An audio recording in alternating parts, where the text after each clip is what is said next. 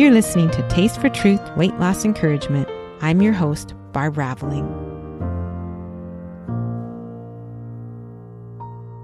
Hello, everyone. It is so exciting to be back here again in the podcast after taking most of the summer off. I hope you guys had a wonderful summer. I am podcasting to you from Helena, Montana. So we just moved here not even a week ago, and we are planning to settle down here again, take a break from the travel physical therapy lifestyle.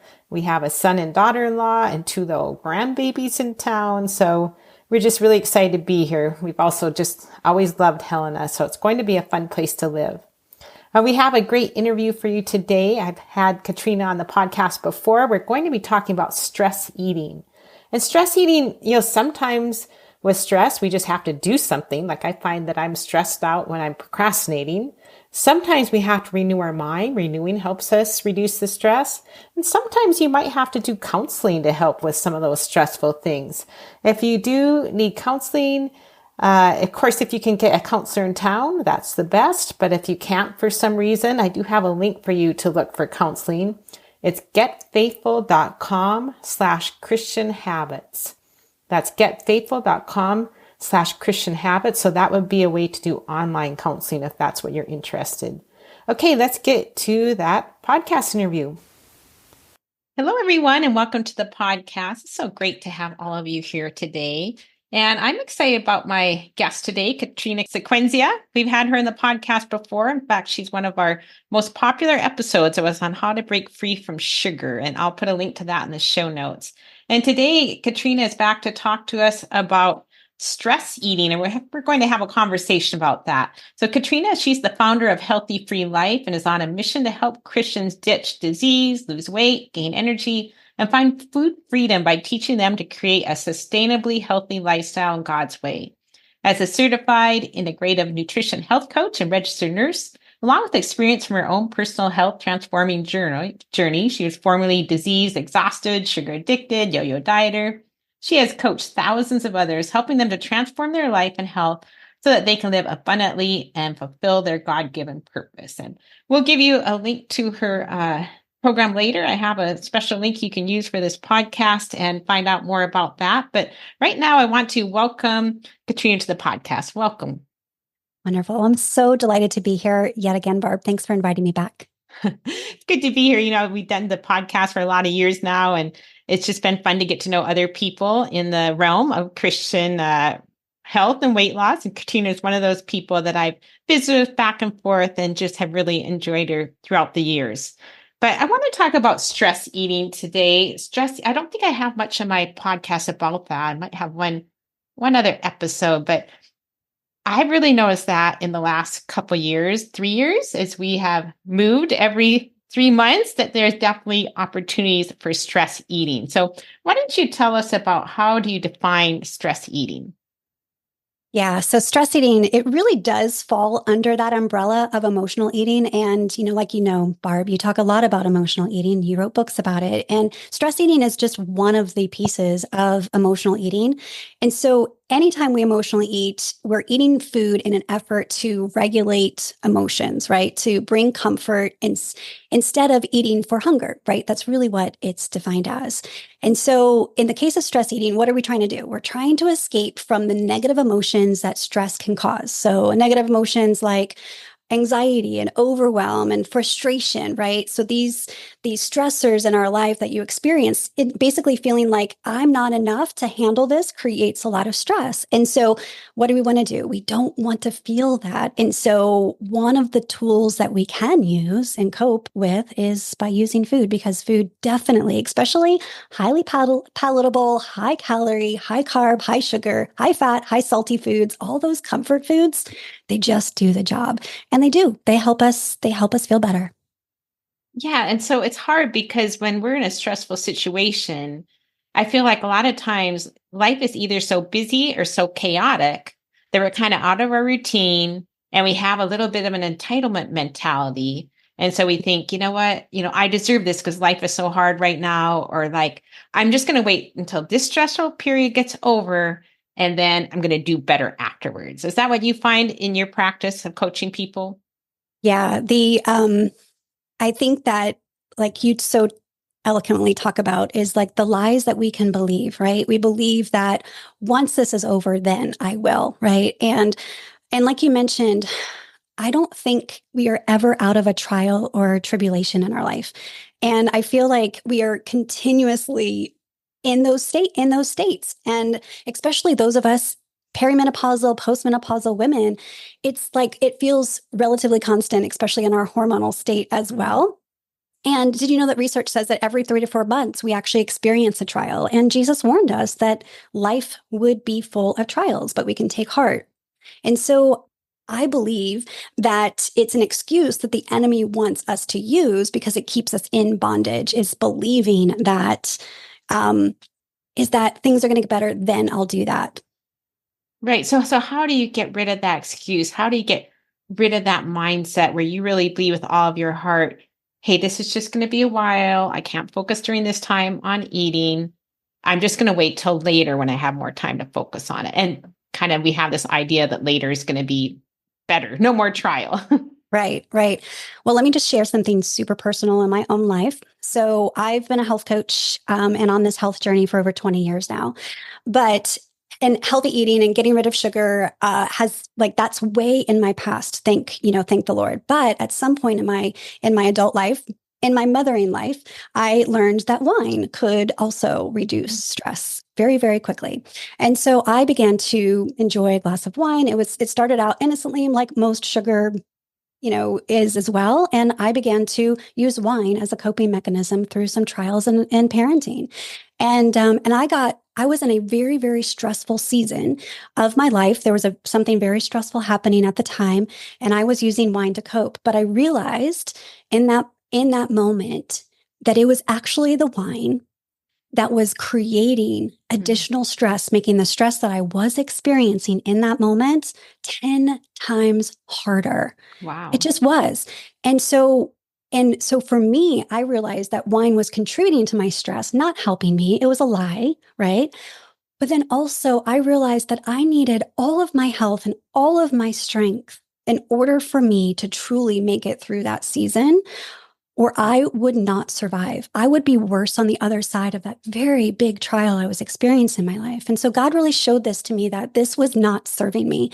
And so, for me, it was wine, but for others, it's food, it's sugar, it's carbs, whatever it is that we reach for in these times of stress. And I think that what we need to understand is that these foods and this lifestyle that we're living in these times of stress, if we're not careful, it will actually contribute towards our stress. It will like being unhealthy, man, that is a huge stress, right? Low energy, constant cravings, diseased, excess weight, just walking around feeling like you're surviving, right?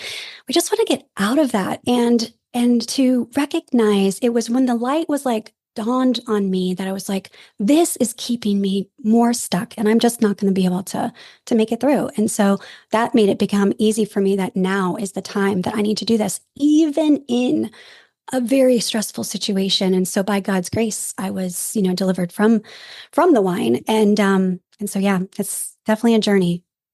Yeah, that's interesting because I think studies actually show that if you have one glass of wine every day, let's say you don't ever overdrink, you just have one glass of wine a day. But even at that, I think they say that that can contribute to, uh, more stress, more worry. Like people have a glass to, is that right? I can't remember if it's one or if it's more than that.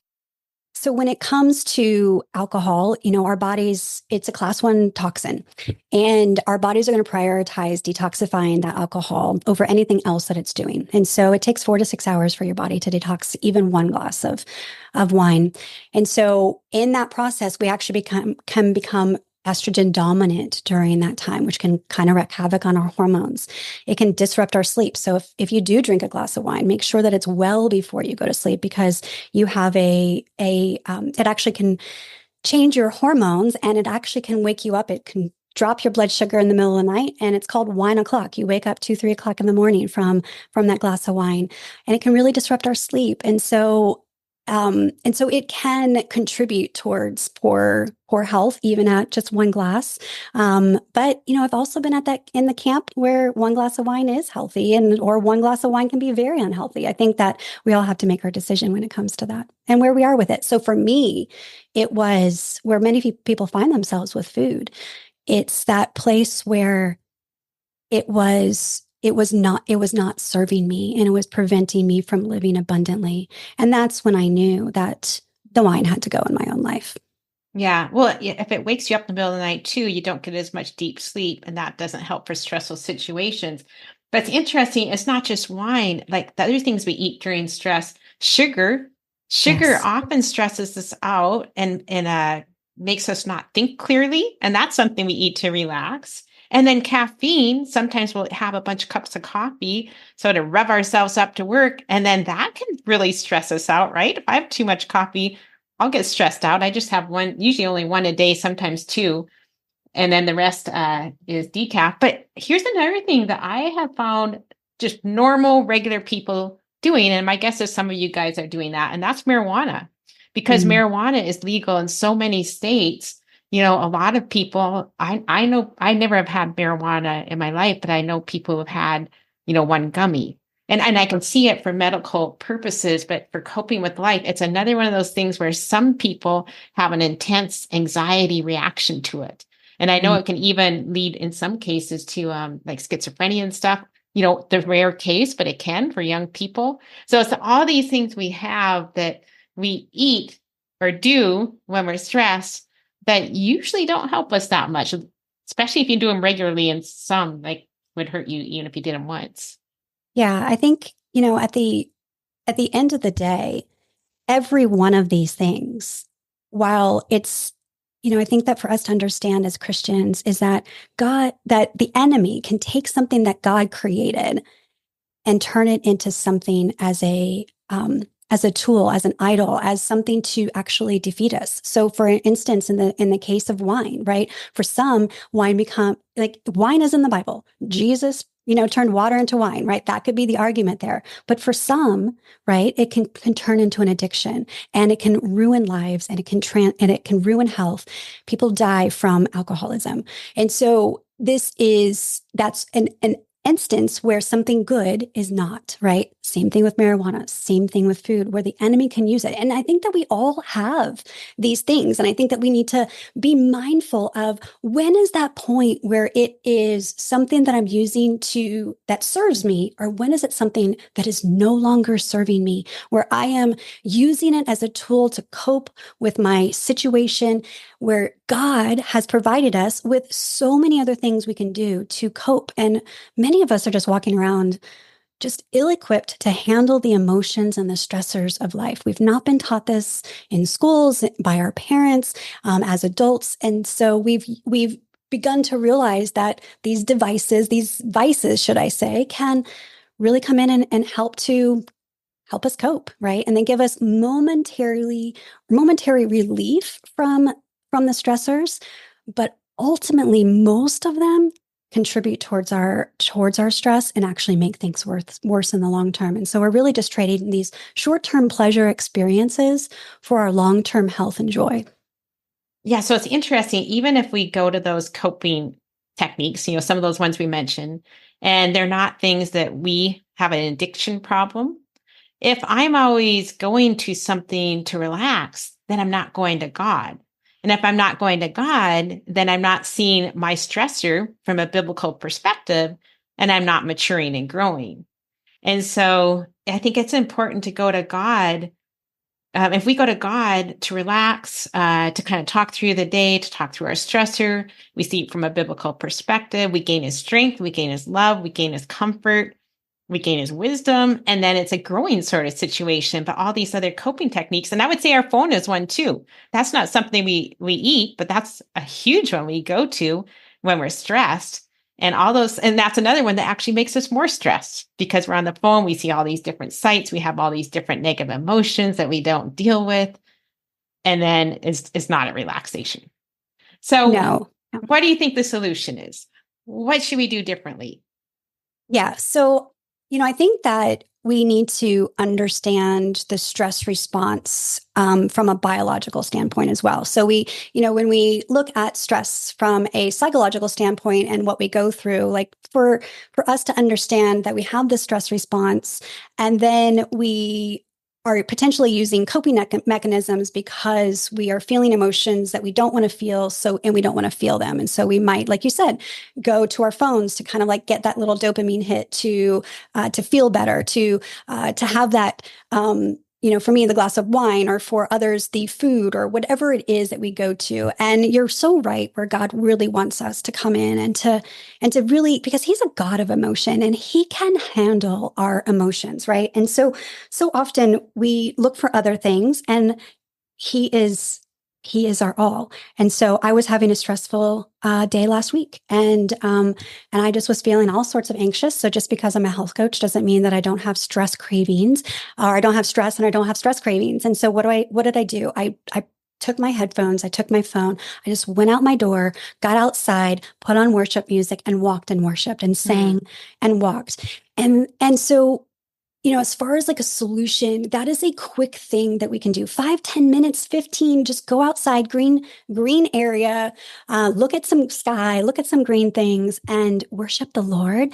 And I promise, if we actually trust him, he will 100% meet us in that moment. And it transformed my stress. I experienced an elation of joy that no amount of wine ever will do. But I think that it's so hard in that moment because we don't necessarily want to. We get a lot of resistance. I mean, you talk a lot about this in your books, the resistance that can come up, the rebellion that can come up in our minds when we choose other things over God. But I think he's inviting us to trust him because he is a God of emotion and he can handle our emotions, all of it, right? Every single thing. But it's like, where is that resistance coming from? And I think that it's coming absolutely from the enemy. I think that the enemy is creating the lies that we are just participating with. But I think that it's also important for us to understand biologically in our bodies what is happening as well, because stress is actually creating a starvation response in our body. And so it's a survival response that God has actually given us. So God wired us with this response that when it's stressful, we're going to have these hormones and these chemicals that begin to rage in our bodies. And what it's going to do, it's going to increase our hunger hormones. So we're going to be hungry. It's going to increase our cravings for food, and not just any food. We're talking about highly palatable, high calorie, sugar, carb, fat, salty, all the things, all those foods. But the other thing that's going to do is it's going to decrease our energy and our motivation to try anything else that might actually help us.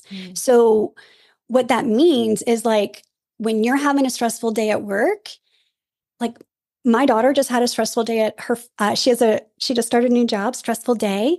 And she called me on the way home from work and she's like, Mom, my day was really stressful. They had me in an apartment. I don't want to be there. And I just want to go get Bojangles. And I'm just going to go get Bojangles. I know you had dinner and I was going to come home for dinner, but can I just eat Bojangles? And so it's like, she just wanted to come home, eat Bojangles that felt good to her, and just like do nothing the rest of the night, right? So coming home, making a salad and making something healthy that our body really needs, it's a lot of work. And so not only do we have this resistance because we have an enemy who wants us to not choose to do things more effectively to manage our stress, we also literally have biological, hormonal, chemical things happen in our body that is preventing us from making these healthier choices. So I think that, the solution is first to really bring awareness to the fact that this is how our body is responding to stress, and to maybe not get so down on ourselves for these feelings, right?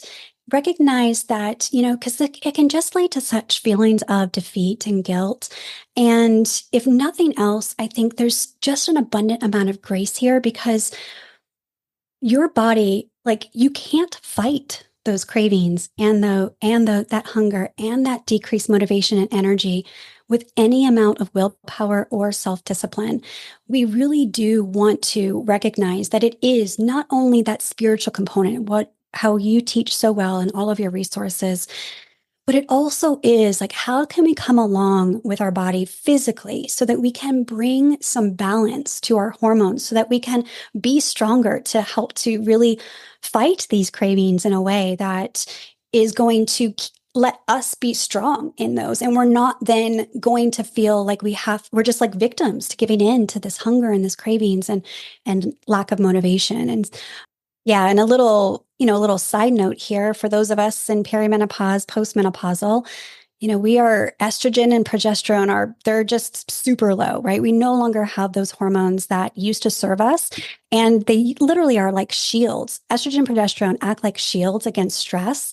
And what it's doing is keeping our stress hormones kind of in balance. So cortisol is our stress hormone. And when we're under stress, cortisol rises, but estrogen and progesterone are there like protecting us from that stress and the damage. So what we could withstand in our 30s is not the same thing. Like we don't have that resilience and that capacity for that same amount of stress in our 40s, 50s, 60s, and beyond.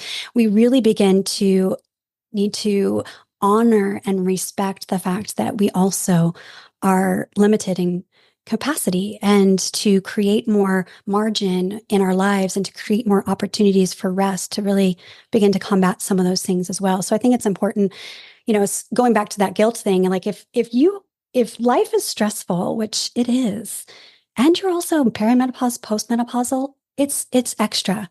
And I think that we need to honor that and recognize that we have limits, and that but there's definitely solutions that we can talk through. Yeah, yeah, I would actually say too at that perimenopause, I think a lot of women start having marriage problems at about that stage of life. And I think it's because, like you said, your body changes, and what you can handle when you're younger, you can't handle when you're older. And then we deal with it in negative ways and just start really, disliking our spouses. I would say that was the time in my life where I started truth journaling and started really renewing my mind. And it was driven there because of how unhappy I was, in part because that whole perimenopause thing. So Yeah. that's interesting to talk about. Well, let's go ahead and talk about some practical tips. And you already said the walking out and doing the praise worship music. I also notice if I'm stressed out because of work, if I walk out the door right away and then just talk to God about whatever my problem is. So like if I'm trying to figure out what to write and I just start talking to him, all I have to do is go around the block and I'm already have figured out what I need to do. So it's like the Holy Spirit, he communes with me as I do that. But if I stay inside and try and talk to him, my head goes in circles.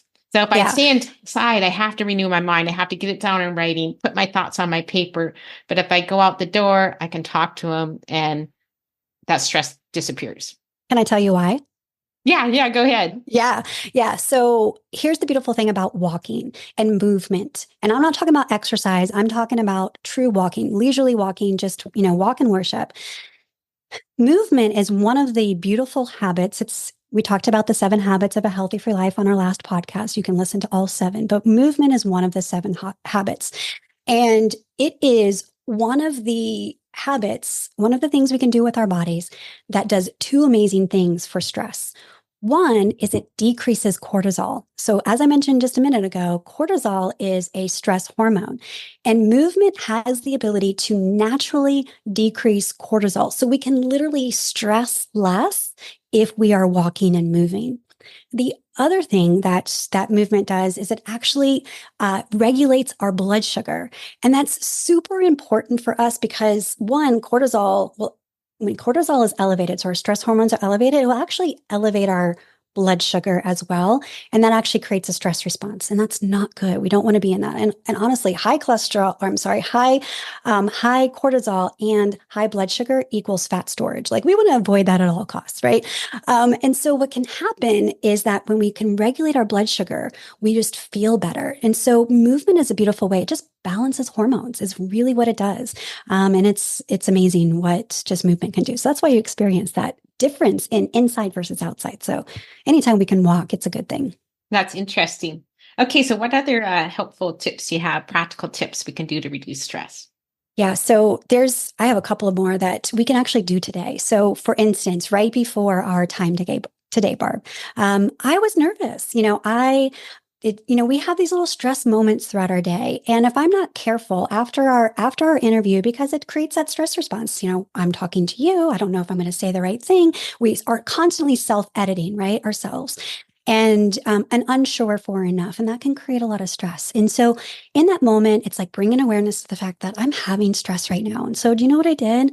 I did breathing. I did 10 rounds of deep breathing that I teach all of my students that they use. Let's go ahead and do this together. So really what it is, it's a 4-4-8 breathing technique. And it's just going to help to calm things down. It's going to help us to feel so much more calm. And what we're going to do is we're going to breathe in through our nose for 4. We're going to hold it for 4. And then we're going to release it through our pursed lips for 8. So let's just do it. Ready? And then hold it, 2, 3, 4, and then out. 5, 6, 7, 8. And what you're going to do is you're going to do that 5 to 10 times. And what you'll notice is that your body just feels just a little bit more relaxed. And that is just a great thing to do. Not only, I do it every single morning just to center and kind of okay, I'm going to choose to breathe in and breathe out today. I use it all throughout the day. And often when we can combine that, I just breathe in Jesus and I breathe out my burdens. It's kind of a rhythm that I do in my own life that I teach as well. But that's a really simple thing that we can do any time of day, no matter where we are, which is a beautiful tool that we can use.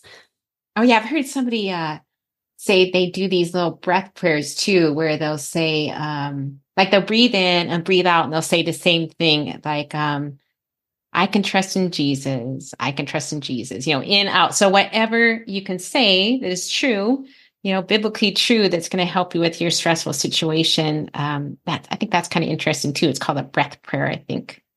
Love that. So good. So let's talk about another really simple tip that we can absolutely do today. And then I think it's important for us to address the fact that it's just not the small little tips. We really need a plan, right? We really need a plan for how we're going to really overcome this in our lives. So another super simple tip for me, I stress at the same time every single day. So for me, my stress time is 5 o'clock. It's usually after the end of my day. And I've looked at my to-do list and my to-do list is never ending. There's not enough checks on my list. And for some reason, for me, it makes me feel not enough. And so I have worked with the Lord through this and gone through that, but it doesn't mean that I don't still have a stress response to my day. And so for me, I know my time is 5 o'clock. So if you have a time of day where you are always in this pattern of stress eating, whether it's in between lunch and dinner or after dinner, then I think that one thing we can do is preemptively snack. Meaning, can I have a snack 1 hour before my normal stress time? So what I suggest is, because in the heat of the moment of that stress, we are not going to want to choose a healthy snack. You're not going to choose the apple. We're not going to eat the kale. We're going to choose those highly palatable foods like I've talked about. So we've got to help ourselves before we get to the end of that place. And I find that an hour before, if I'm ensuring that I have a snack at 4 o'clock every day, so my snack time is 4 o'clock every day, and I have a high protein snack every single day at 4 o'clock, I find that when that stress hits, I am not triggered to eat because I'm already full from my protein rich snack. Protein is one of those things that keeps you full and satisfied, satiated the longest. And it is the number one tool that we use to help fight cravings in our program. And so we can then be more able to make decisions in alignment with our values and our goals in the heat of the moment when we've have a little bit of strength and power from our lifestyle that is helping us to not feel like we have to go into that depth of that stress response. Yeah, I love that idea to look and see, what time of day you get stressed. And then also just to figure out why you're getting stressed, because you talked about why you're getting stressed, the unfinished to-do list. And I think that too, say if we're getting stressed, whatever it is, okay, is there a way we can deal with it? One of the ways I used to deal with my unfinished to-do lists, I think they're called work detox questions or something like that. I have them in my procrastination Bible study. And I think I also have them at barbaraveling.com/procrastination. And I just work through those questions at the end of the day. And that helped me de-stress. Or some people do a little mind map, and so they can put down the things that they still are on their mind that they didn't do today to get it out of their system. So sometimes those little things can help too. Yeah. And like you mentioned, the first thing is bringing awareness. Like, why Mm-hmm. is, for me, when stress happens and I'm tempted to give in to food, it is not, I don't have to go down that path because I know that what I can do is I can stop and I can say, what is it that's really going on here? Why am I feeling this way right now in this moment? What are my thoughts? What are my feelings about this? And ultimately, what is my body and my mind and my spirit really needing right now in this moment?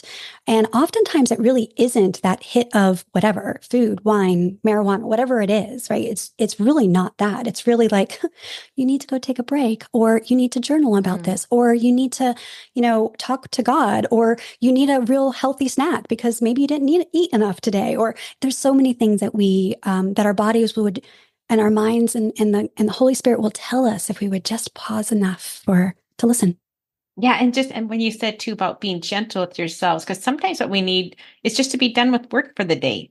I never expect myself to work in the evening, but a lot of people expect themselves to work then. If I did, I would be stressed out. Now, if I were working all day and I had a bunch of kids at home and we're in a different type of lifestyle, then sometimes you do have to get that work done in the evening, but at least just set a timer and say, okay, I'm only going to work this long, and recognize we are human. We're not superhuman. I talk about that in the interview with Kirby Kelly on the Christian Habits podcast. She had a little diagram in her book that I thought was super helpful.